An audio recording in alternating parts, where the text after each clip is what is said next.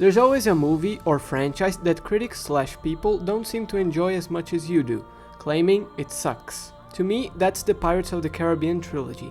This franchise holds a special place in my heart, and in this video I'll discuss the reasons as to why I love these movies. Before we start, 2 disclaimers. There are actually 5 movies, but the last 2, to me, aren't as memorable or good compared to the first 3. In this video I'm gonna spoil the whole trilogy, so if you haven't seen the movies, do yourself a favor, hop on Disney Plus and watch them, then come back to this video. So with that out of the way, grab your pirate hat and let's begin. Let's start at the very beginning, The Curse of the Black Pearl. As you may know, the main plot revolves around the cursed treasure of Cortez, mainly the Aztec gold coins that curse the crew of the Black Pearl, turning them into skeletons when they walk through the moonlight. To revert the curse, they need to gather all the coins, but the problem is that the last coin is nowhere to be found as the owner was drowned in the ocean. The movie establishes the conflict very early on during the opening scene as a flashback. The English Navy encounter a shipwreck with no survivors, except for a young boy named Will Turner that was carrying a strange-looking pirate medallion that the girl observing him, Elizabeth Swann, steals.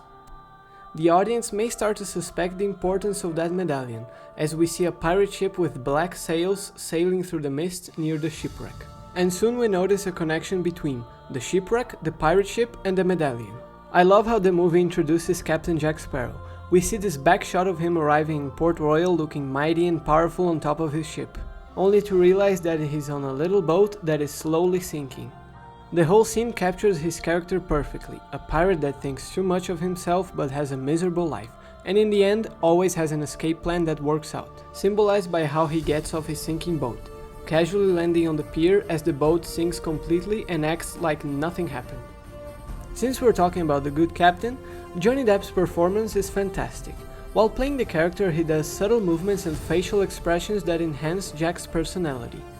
I like how Jack acts like he's an incompetent idiot, but in fact, behind that facade, he's actually smart and dangerous, something that's highlighted in the next 2 movies.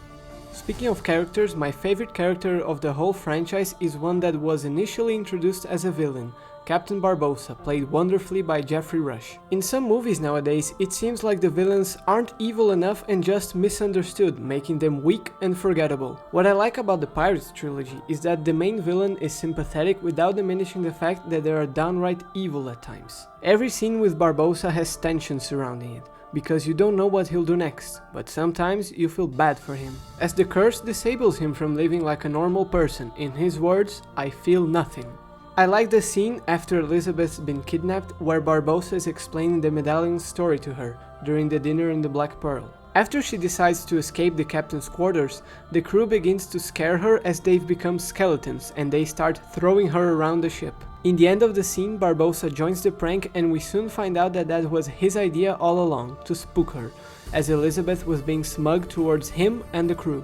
Will Turner and Elizabeth Swann, played by Orlando Bloom and Keira Knightley respectively, are wonderful together. You can see and feel that they love each other. Something we'll discuss later on while talking about the other movies, 3 especially. I like that they're not an annoying couple and their relationship changes during the movie.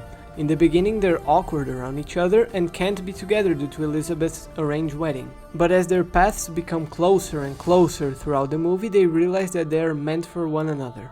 It's amazing that most scenes were done practically. They've built ships, towns, and shot on location, and if I'm not mistaken, the only time that CGI was used, it was for the skeleton crew.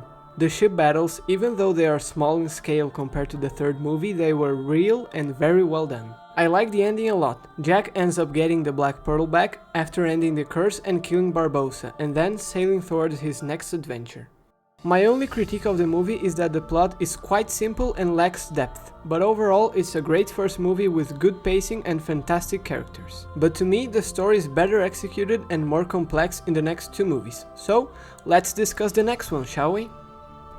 Years prior to the events of the first movie, the Black Pearl sank and Jack Sparrow went to make a deal with the Master of the Seas, Davy Jones, claiming that he would bring back the pearl from the depths on one condition. After 13 years, Jack should give his soul to the Flying Dutchman or he should be dragged to Davy Jones's locker. Deadman's Chest follows on that plot point, and how Sparrow can avoid his eventual demise, by finding the chest that contains the heart of Davy Jones. Mind you that this is the main plotline, there are also parallel stories that in the end come to one common goal: finding the chest. A new character is introduced early on, Lord Beckett, the leader of the East India Trading Company, played by Tom Hollander. He desires Jack's compass to find the chest of Davy Jones, and if the company obtains it, they can control the seas by making an alliance with Jones. They'll have him at gunpoint since his heart is at play, so he'll have no choice but to accept the deal. As a human secondary villain, Lord Beckett is not that threatening, but he has the power of manipulation and subjugation, making him a very dangerous and unpredictable foe. Will and Elizabeth return, and since they helped Captain Jack during the first movie, by teaming up with a pirate they're in big trouble, and so condemned to death. The only way to escape this fate is if Will helps Beckett find the compass. I like the scene when the crew seeks help from Tia Dalma. If you pay attention, you can see some items that foreshadow Barbossa's return in the end of the movie. Like his hat that Sparrow picks up after looking at it somewhat confused, and after they deliver the monkey Jack, he runs to the back of the house and starts weeping as he sees Barbossa's body. You can presume that's him due to how close he was with the monkey, and you can also see his boots. There's a moment when the camera focuses on Tia Dalma's table and there's this sort of crab-like necklace that later on you'll see again in Davy Jones's captain's headquarters, foreshadowing a past relationship between the two that is explored in the third movie. Once again, the movie's pacing is incredible. Every scene lasts the perfect amount of time and it has a great balance between dialogue and action moments, not to mention the great variety of locations. I feel like the only sequence that drags a bit too long for my liking is the Cannibal Island. The scene is fun and has tension, with Jack about to get eaten and the crew trying to escape while being trapped in a bone cage, but the whole sequence doesn't add too much to the story. The movie has some of the most memorable moments in the franchise, like the water wheel sequence in Isla Cruces. The fighting choreography during the scene is amazing and the whole fight is very creative, with Will, Norrington and Jack going from the top of the wheel to the inside as the camera follows and turns with the wheel as the fight progresses. In the meantime, Pintel, Raggedy and Elizabeth are fighting Davy Jones's crew to defend the chest, but with only 2 swords available for the team. Both of the Kraken sequences are intense. The first one takes place in a ship that rescued Will after he escaped the Flying Dutchman, and the whole crew perishes because they were caught by surprise. The second attack happens on the Black Pearl, but this time the crew manages to slow down the Kraken with the help of Will's plan, by drawing its attention to explosive barrels that in the end get hit by Jack's lucky shot, redeeming himself for cowardly abandoning ship before the attack. There are many more scenes that I like, for example, ones without any action, like when Elizabeth goes to confront Beckett after learning of his plan near the beginning of the movie. It shows how much Elizabeth's character has grown since the first movie. And by the way, great acting by Keira Knightley and Tom Hollander. The Liar's Dice scene where Will plays against Jones to learn about the location of the key was very well done. A clever and brave move by Turner, since the captain is one of the best players in the crew. One of my favorite scenes in the movie is when Will says goodbye to Bootstrap Bill after getting the key, and his dad gives him his old knife, in which Will swears he'll kill Davy Jones once he finds the chest, and in the end telling that he'll never abandon his dad. Very touching scene. Speaking on a more technical level, right away you can see that the cinematography has been improved. There are many great shots throughout the movie. I mean, just look at it! It's rare seeing great visuals nowadays, especially coming from big studios like Marvel and Disney, even though the latter distributed the films. The CGI in this movie is impeccable. Keep in mind that it came out in 2006 and it looks better than some effects in recent movies. A bit of a hot take, but I think Davy Jones looks better than Thanos in Infinity War, mainly because Jones has a very intricate design with many moving pieces, like his tentacles and outfit, as opposed to Thanos' more simple and straightforward look. The soundtrack has also been improved. In the first movie it was good but not as memorable, but now it is composed by Hans Zimmer and it's amazing. To me, the tracks in 2 and 3 are some of his best work. Once again, the whole main cast is fantastic, even the newcomers, especially Bill Nighy as Davy Jones. He gives a frightening performance. Every scene with him increases the stakes and tension. I really like the scene where he's introduced. The camera slowly reveals him, starting from his crab leg to his left claw hand, only later on to reveal his octopus head while he starts smoking his pipe. Like I said previously, the CGI on his character still holds up after all these years. Even being a computer-generated model, his performance still shines through, especially in the eyes. The movie ends on a rather depressing note. The Kraken ends up eating the Black Pearl with its captain, and Lord Beckett ends up getting the heart of Davy Jones, because of Norrington that managed to escape with the chest after the battle at Isla Cruces. The survivors of the Kraken attack go to Tia Dalma's place to mourn their loss. Later on, she reveals that there is a way to rescue Jack by venturing into Davy Jones's locker with the help of another fellow captain. I adore this movie. It's a massive step up from The Curse of the Black Pearl, story-wise and technically wise. Dead Man's Chest is a perfect first part to a continued story that ends with the third movie. At World's End begins with a very dark scene. Lord Beckett, who's now the ruler of the seas after acquiring the heart of Davy Jones, is on a mission to eliminate all the pirates. We see him giving orders to hang everyone. At some point, a young boy starts singing Hoist the Colors, a song that's used by pirates, to signal the need to summon the Brethren Court, a meeting of the pirate captains. What I like is that the movie isn't afraid of showing dark violence and complex themes while keeping the PG-13 rating.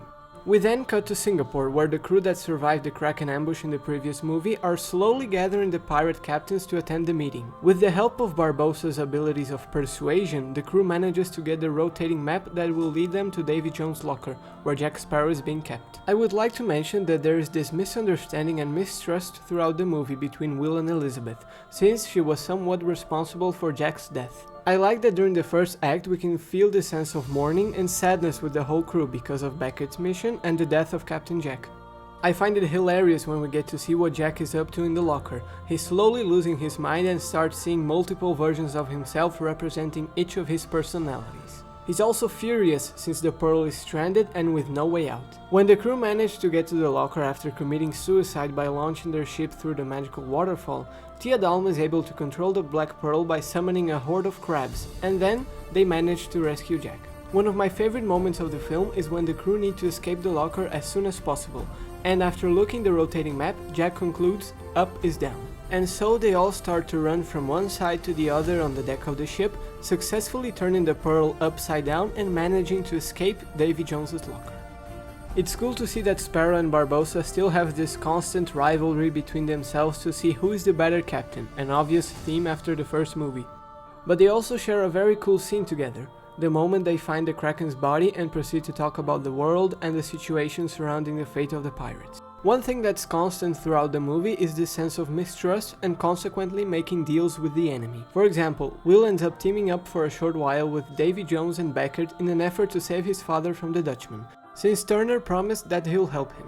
I see many people claiming that Jack Sparrow is the main protagonist of these films, but in fact, Elizabeth is the one. She has a fantastic character arc in the trilogy, starting from a high society woman and ending up as the pirate king of the Brethren Court, leading the pirates to battle with her amazing speech asking everyone to hoist the colors, circling back to the song sang in the beginning, and she's also a great female character. I would like to mention the character development of James Norrington, played by Jack Davenport. He started as Commodore of the British Army and soon lost his job for letting Jack escape in the first movie. In Dead Man's Chest, he starts as a jobless and drunk man to then delivering the heart of Davy Jones to Beckett and managing to get promoted to Admiral, helping him massacre the pirates in At World's End. But after capturing Elizabeth, Norrington helps her escape. Even though compromising his career, he does it anyway as an act of forgiveness and redeeming himself. But sadly, during the process, he gets killed by Bootstrap Bill.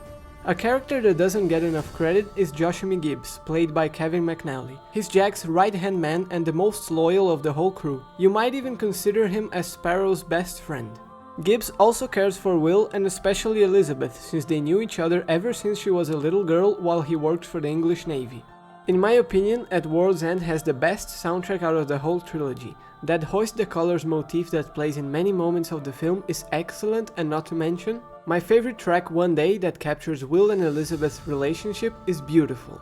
The cinematography, pacing, and CGI continue to be impeccable. The latter one is used heavily throughout the movie, especially near the end, and it's phenomenal. All the characters are perfect in this movie, especially Jack Sparrow, Barbossa, Elizabeth, and Davy Jones. There's this subtle moment when Jack, after being captured, negotiates with Lord Beckett and Sparrow starts checking every pot and box to find the heart. But later on, Beckett takes the bait and tells him that he's in possession of his right-hand man aboard the Flying Dutchman. Again, this shows the ability that Jack has of acting like a mindless moron only to find out information.